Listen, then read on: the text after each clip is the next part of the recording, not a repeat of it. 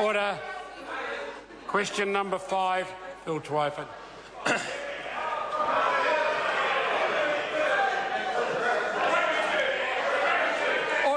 Order. Thank you, Mr. Speaker. I've called Mr. Twyford.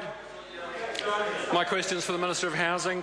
Does he stand by his statement? The government is committed to supporting as many Kiwi families as possible to achieve the goal of owning their own home. If so, is home ownership increasing or decreasing according to the latest census? Speaker. Honourable Dr Nick Smith. Mr. Speaker, I'm totally committed to getting as many Kiwi families as possible into home ownership.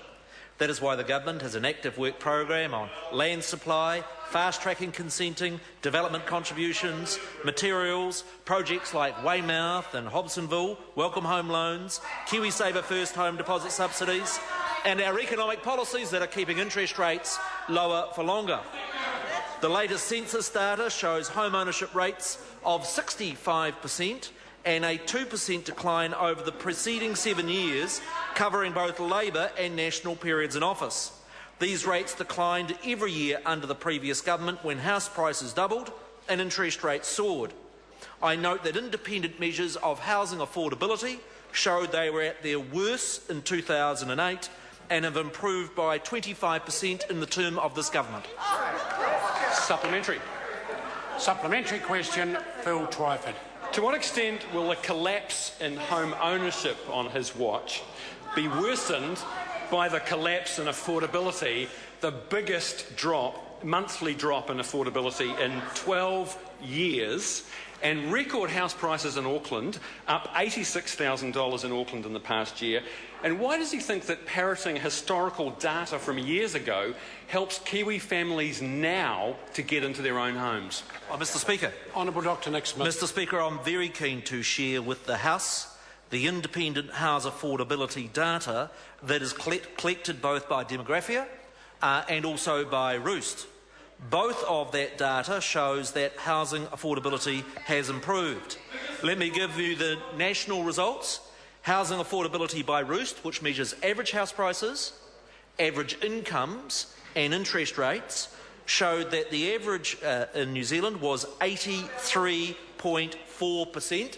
That is 83.4% of a person on the average income with an 80% mortgage would need to be spent on servicing a mortgage. That figure is currently at 57.6%. That is an improvement of 25% since that member's party was in government. Supplementary question, Phil Twyford. Can he confirm that the Roost Home Affordability Report indicated that the March figures were the biggest monthly drop in home affordability in 12 years? Honourable Dr. Mr. Speaker, I'm happy to share the housing affordability study that's studied by Roost. And let me give the numbers. Nationally, 83.4%, peaked in 2008. Currently, 57.6% in March 2013, 58.7% in February 2014.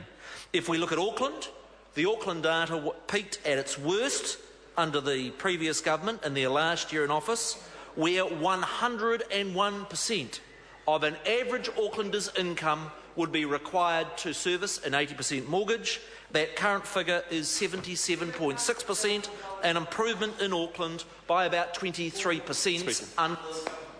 Point of order, Phil Twyford. I deliberately asked a very narrow and specific I'll invite question. the member to ask that question again. Can the Minister confirm that the Roost Home Affordability Report for March indicated that the month of March saw the biggest drop in home affordability in 12 years? Honourable Dr Nick Smith. Mr. Speaker, the figures that I have been provided with by officials is that the Roost March 2014 data showed that the average New Zealand family would need to spend 57.6% of their income. What it also showed was that that figure was 83.4% in 2008. Point of order, Mr. Speaker. Point of order, Phil Twyford. I repeated at your direction a very specific question. And I have sympathy for the member. The member's put the question twice now. The answer's been given. We can certainly say it addressed it. Whether it was to the member's satisfaction or to the House's satisfaction, that's for the member and the House to decide. The member has further supplementaries? Supplementary? No, you can't have a vote, Mr Robertson. Thank you, Mr Speaker.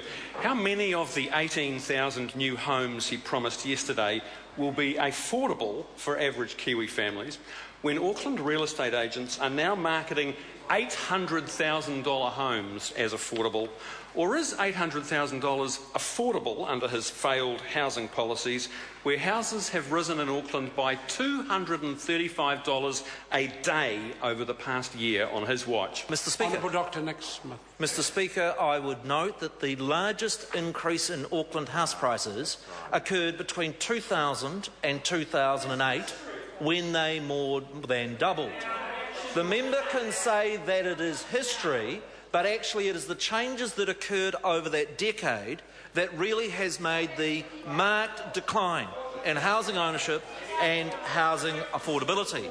In terms of the 18,000 houses that we are freeing up the regulation to build, the reality is, unless you are going to install a Stalinist economy where the government and councils decide what the price people can sell their home, nobody in this parliament can say exactly what those houses will sell for. What all the economic data shows, though, including the latest report from NZIER, is the best way to make houses more affordable is to get rid of the stupid metropolitan urban limit that was strongly endorsed by members opposite. Supplementary question, Phil Twyford. Were the 18,000 houses that he promised yesterday included in the 39,000 houses he's already promised for Auckland? Are they new houses, or is he double counting again? And why will these new special housing areas be more successful than the last ones, when only 13 resource consents, 13 resource consents were issued in the first 6 months of his special housing areas being in operation?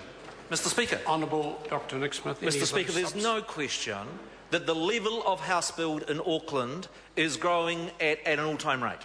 It has increased by 40%. The number of building consents, this year is hugely increased on last year and is continuing to grow. The 18,000 additional homes announced in the special housing areas is part of the delivery of those 39,000 homes in the Accord, and just shows how successfully this government is working with the Auckland Council to address the affordability issues that have developed in Auckland when that government allowed house prices to double. Supplementary, Mr Speaker. Supplementary question, Phil Twyford. Is he proud of the fact that house prices are skyrocketing to the highest levels in history, that families are being shut out of home ownership in record numbers, that interest rates are rising, speculators are having a field day, absentee foreign ownership is rampant, and will he now concede that he should have just adopted Labour's popular Kiwi build policy? Mr Speaker. Honourable Dr Nick Smith. Mr Speaker, I'm more than happy to comment on Kiwi build. It's about as stupid as saying the way to get food prices down is for the government to own all the supermarkets. That's right. Or to get car prices down for the government to own all the car companies. I would note that since the opposition announced their Kiwi build policy, the private sector is actually building 10,000 more houses per year by increasing confidence and getting the regulatory environment correct. Question number 6, Mike Sabin. Thank you, sir. To the Minister of Police, what steps are the police taking to ensure